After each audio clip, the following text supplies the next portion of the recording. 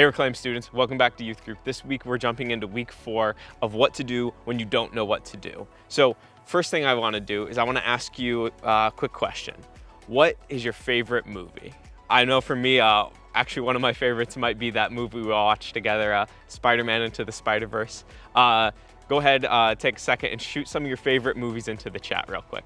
You see, one thing that makes a movie great is how much we like the main characters. You know, writers, they create these characters that we get attached to by giving us a deeper look into both the good parts of them and the bad parts.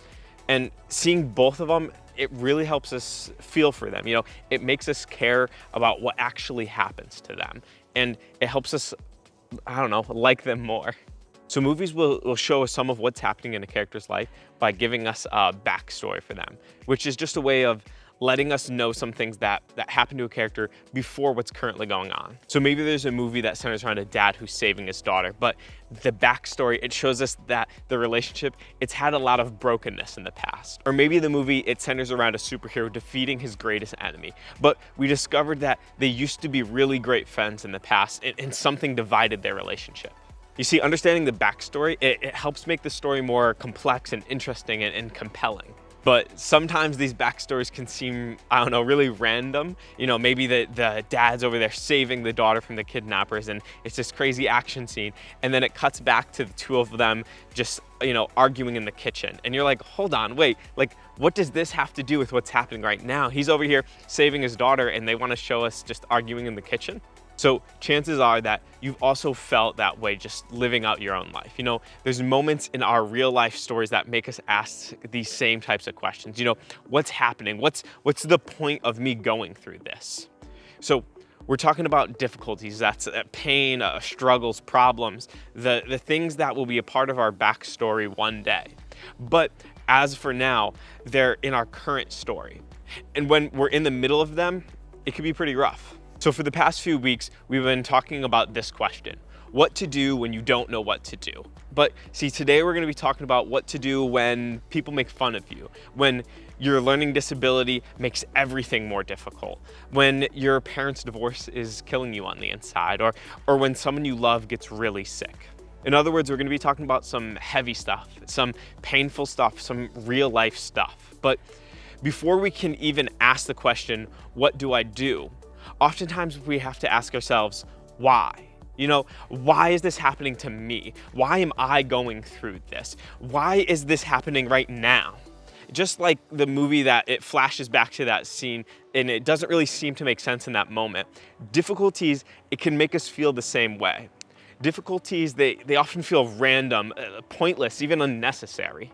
So sometimes we don't see the point until after the fact, until it's a part of our backstory. So for example, maybe you have a broken friendship, but now that you're looking back on it, you realize that that friendship, it led you to make some bad decisions. And maybe you didn't like that person or that version of yourself that you were becoming. So even though it felt bad at the time to lose that friendship, to go through that hard time, right now, you're actually glad it happened. Sometimes we even see the point in the moment, you know, like while that difficult thing is actively happening. So maybe you find yourself struggling in band, you know, and it's on you. You're not putting in any practice or anything, and you get called out by your section leader. And because of that, you start doing extra rehearsals and you get better. But doing that, it wasn't fun, it was hard work, but it was for the best. And sometimes it's really nice when things like that happen. You know, you're going through a difficult time, but you understand why it's hard and you know it's good for you. But most of the times, things that don't feel good, they just feel pointless. We've all had these experiences that hurt and feel pointless in the moment. Whether it was not making the team or not getting that part in the musical we wanted, maybe it's going through drama and fighting with friends and family. We've all asked ourselves this question: why me when we're going through these things? And if you're like me, there's usually not many good answers in the moment for that. And what's worse, in real life, unlike the movies, our difficult circumstances usually don't get a pretty bow tied on them as we walk through them. So the outcome, it may not turn out how we want it to. You know, in those times, it can feel really difficult for us to see any point behind our pain. And to find hope despite that hurt, or to find the determination to keep going despite those difficulties. So we've been looking at some of Joseph's life, the account of his journey. It's found in the Old Testament, which basically means he lived well before Jesus. And so here's a recap. Joseph, he's sold into slavery by his own brothers. He was taken to a foreign country. He was taken to Egypt, where he's forced to work for this high power official. And while he's there, he's falsely accused of doing something that he didn't do, and then he was thrown into prison because of it. So you see Joseph here, he goes from a free man to a slave to a prisoner. Now, if anyone over here has the right to ask, what is the point of all this? Why is this all happening to me? It's Joseph. And so we're gonna pick up here where we left off last week. Joseph right now, he's in jail for a crime he didn't commit, and he makes some new friends. Check it out here in Genesis 40, 1-3. Sometime later, the cupbearer and the baker of the king of Egypt offended their master, the king of Egypt. Pharaoh was angry with his two officials, the chief cupbearer and the chief baker, and put them in custody in the house of the captain of the guard, in the same prison where Joseph was confined. So you see Pharaoh here, he's the big boss over Egypt. He's in control of everything. So if he gets mad at you and he wants to throw you in prison, that's where you're going, even if you didn't even do anything illegal. And that's what happened to these two guys. They were thrown in prison with Joseph. And so the story continues. After they had been in custody for some time, each of the two men, the cupbearer and the baker of the king of Egypt, who were being held in prison, had a dream the same night. And each dream had a meaning of its own. When Joseph came to them the next morning, he saw that they were dejected. So he asked Pharaoh's officials who were in custody with him in his master's house, "Why do you look so sad today?" "We both had dreams," they answered, "but there's no one to interpret them." Then Joseph said to them, "Do not interpretations belong to God? Tell me your dreams." So there's a lot happening right here. You see, Joseph, he's in prison for a crime that he didn't commit. And even though he's in this really difficult situation, Joseph continues to honor God. So the men told Joseph their dreams, and with God's help, Joseph told them what they meant. And then what Joseph said would happen, it happened. Based on the dream the cupbearer had, Joseph said that he'd be restored back to a favorable position. And he was. And for the chief baker, Joseph said that he would not have the same luck, and he didn't. So listen, the rest of what happens in the story, it's just as crazy, and it's definitely worth the read. But you'd think that given what Joseph had done to help the cupbearer out, it makes sense for the cupbearer to speak out and say, "Thank you, Mr. Pharaoh, for helping me out. I just wanted to let you know that I was locked up with this guy who he interpreted my dream to perfection. And I know that you have dreams that need interpretation, so you may want to think about getting this guy on staff, ASAP, but that's not what happened here. The story tells us that the cupbearer, he forgot about Joseph. He got out of jail and he just went back to his life. A little messed up. So over time, as Joseph, he's waiting for his friend to remember him, he realizes this. Not only did his friend forget about him, what he did to help his friend out, it didn't even help out his situation at all. I'm sure that he's tempted to wonder, what is the point of all of that? It didn't help my life get any better. Has God forgotten about me? I thought I did what was right, and I'm still sitting here in jail. But 2 years later, Pharaoh had these two dreams that really troubled him. He desperately searched for someone on his staff who could interpret them, but no one could. And that's when the cupbearer remembered Joseph. Pharaoh called for Joseph, and he interpreted the dream with incredible accuracy. And as a result, eventually Joseph, he was made second in command of all of Egypt. And under Joseph's leadership, Egypt, it was able to survive this terrible famine, which eventually put Egypt in a position to save Joseph's family and other people from his homeland who were suffering from this famine. So it was 2 full years before this cupbearer even remembered Joseph. And even when Joseph was promoted to this position of incredible power, he was still living in this foreign land. So see, it's not even like Joseph was able to go home and be a free man again. Joseph, he's still, second in command under Pharaoh, which meant that if Pharaoh's having a bad day and decided that he wanted Joseph dead, he can still just snap his fingers and make that happen. So no, this didn't make Joseph's life perfect, not even close. But when we see the big picture and understand the context of his backstory, we see that Joseph's challenging circumstances, it uniquely positioned him to do something great. But you see, Joseph still had to wait 2 years. And all the good things that happened to Joseph's world, it didn't make those bad things okay now. Being promoted to second in command, it didn't undo the challenges he faced leading up to that. But at the same time, those difficult circumstances, they positioned him and prepared him for something great, something that only he could do. And you see, the same thing is true for you and me. Hard things can happen in your life. And it's important to remember that just because something happens, it doesn't mean that it's something that God did to you or wanted for you. Because of sin, things happen that they're just not fair. They don't make any sense to us.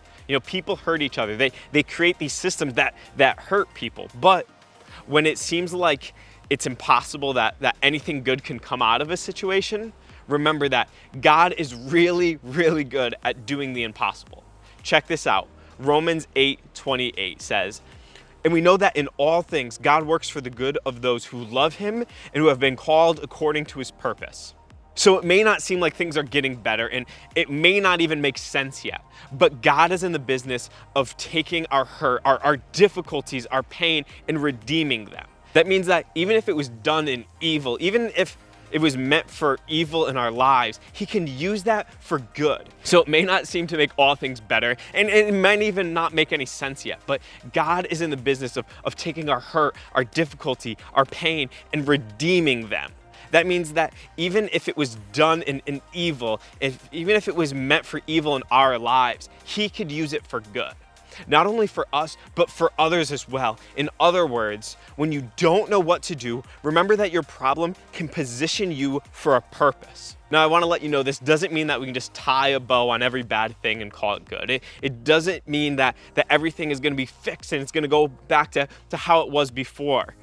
It just means that we can leave room for God to tell a new story in our hard circumstances.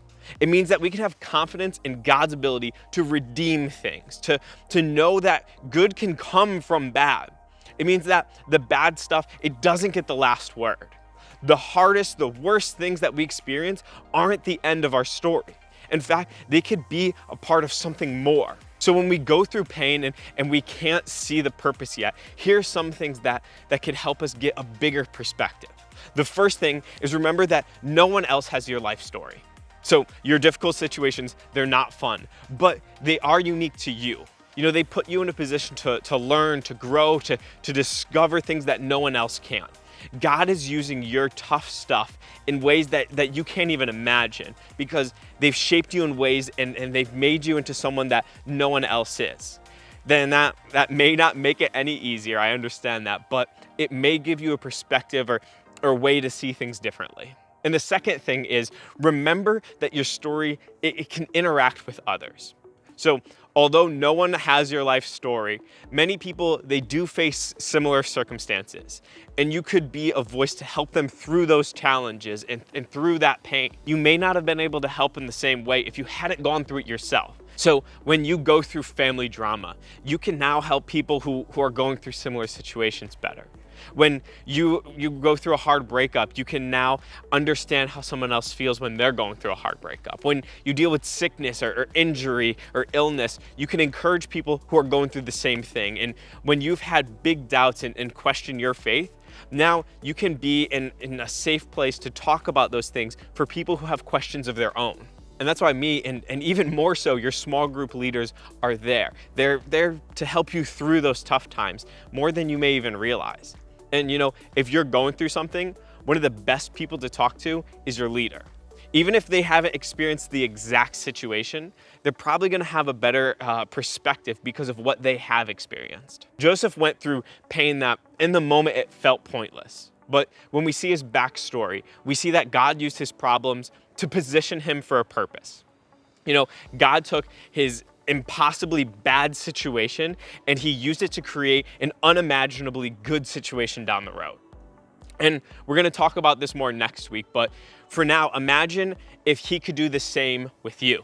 What if God used your painful situation to position you for something amazing that you couldn't even have imagined yet?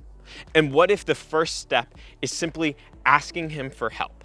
So if you're in a situation like this, I want you to this week reach out to someone who you trust, a small group leader, me or a parent, someone who you can talk to who has had more experience, who can help you through that.